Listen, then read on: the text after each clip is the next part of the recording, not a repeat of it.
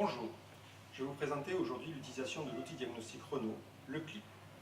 Avant de commencer ce tutoriel, je vous prierai de bien vouloir observer les règles de sécurité et de bon fonctionnement de l'outil que vous retrouverez sur l'ordinateur, ainsi que le remplissage du cahier de prise en charge.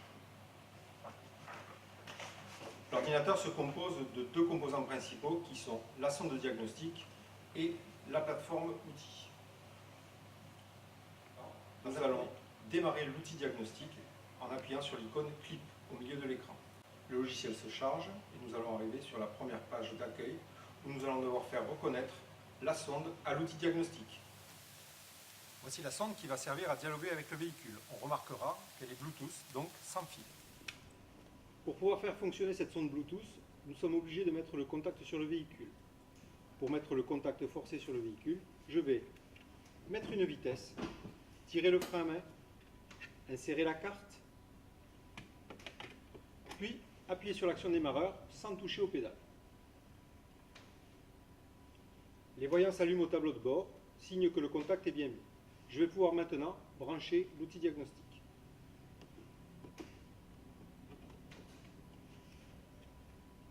On vérifiera que la LED s'allume, signalant que l'outil est bien alimenté et donc qu'il peut communiquer avec l'outil diagnostic. Une fois la sonde retrouvée, une ou plusieurs sondes, le cas échéant, vous devez choisir la sonde appropriée à votre outil, celle qui est appairée. Vous la sélectionnez et vous pouvez ainsi la mettre en relation. Une fois la mise en relation effectuée, vous vous retrouvez sur une page d'identification du véhicule. Et une première option s'offre à vous, c'est l'identification automatique.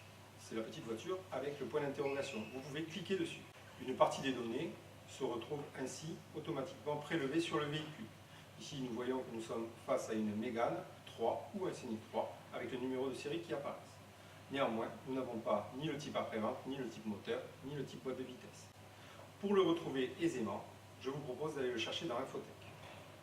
Une fois le logiciel ouvert, il vous suffit de double-cliquer sur la case Identifiant pour avoir le code qui s'inscrit automatiquement, puis Valider. Arrivé sur cette page, vous pouvez introduire le code VIN du véhicule. C'est le code d'identification que vous retrouvez la plupart du temps sous le pare-brise à 17 caractères. Ce code vous donne accès à une autre page où vous avez une première définition du véhicule avec le rappel du code VIN, le type du véhicule, la motorisation, la boîte de vitesse. Vous avez deux solutions, soit la définition du véhicule directement, soit accéder à la documentation. Nous allons accéder à la documentation. Ici sur cette page, vous retrouverez en haut à gauche une petite voiture dessinée. Il suffit de cliquer dessus pour avoir toutes les caractéristiques de la voiture.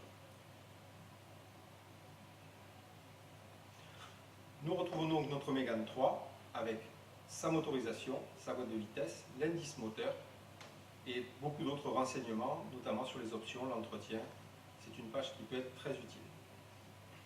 Nous pouvons maintenant que nous avons lu les informations retourner sur le logiciel de diagnostic. Nous allons choisir donc le numéro, le type moteur, le moteur K9K, la boîte de vitesse TL4 et l'indice moteur que nous avons relevé précédemment, 832.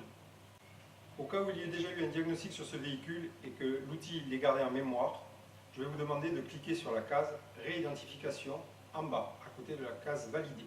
Cela va permettre de faire une interrogation complète du véhicule. Ne pas oublier de mettre le contact juste avant d'appuyer sur la validation. Le test du réseau multiplexé est en cours. Il n'y a plus qu'à attendre d'avoir la restitution.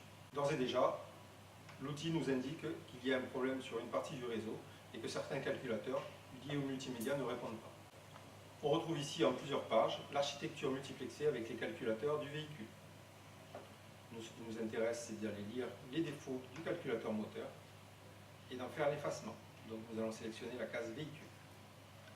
Sur la case véhicule, nous voyons que l'ensemble des caractéristiques sont en vert, ce qui veut dire qu'il n'y a aucun défaut et aucun problème qui a été détecté sur le véhicule. Nous allons d'ores et déjà faire la manipulation.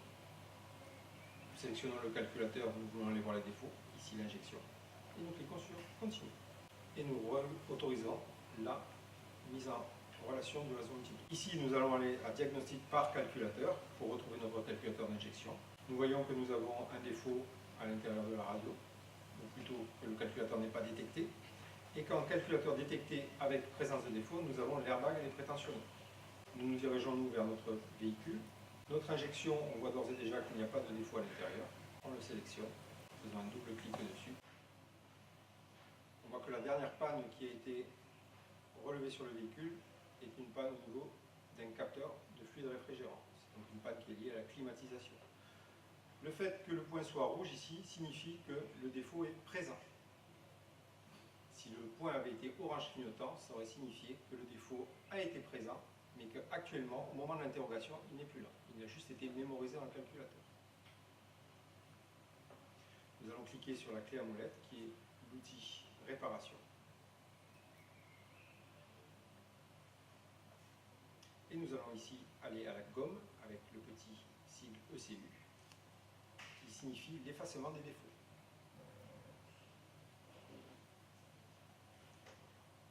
On voit ici qu'à l'intérieur du calculateur d'injection, nous ne retrouvons donc plus ces défauts, aucun défaut mémorisé. En cas de défaut mémorisé, il y a juste à appuyer sur la touche RAS DTC, qui est remise à zéro des détections, et on aura un effacement. Une fois cette manipulation effectuée, nous avons terminé notre travail, nous pouvons revenir au menu d'accueil. C'est représenté par la petite maison en haut à gauche de la fiche. Nous revenons sur la page d'accueil de la sélection de la sonde. Nous sommes prêts à effectuer un nouveau diagnostic sur un autre véhicule.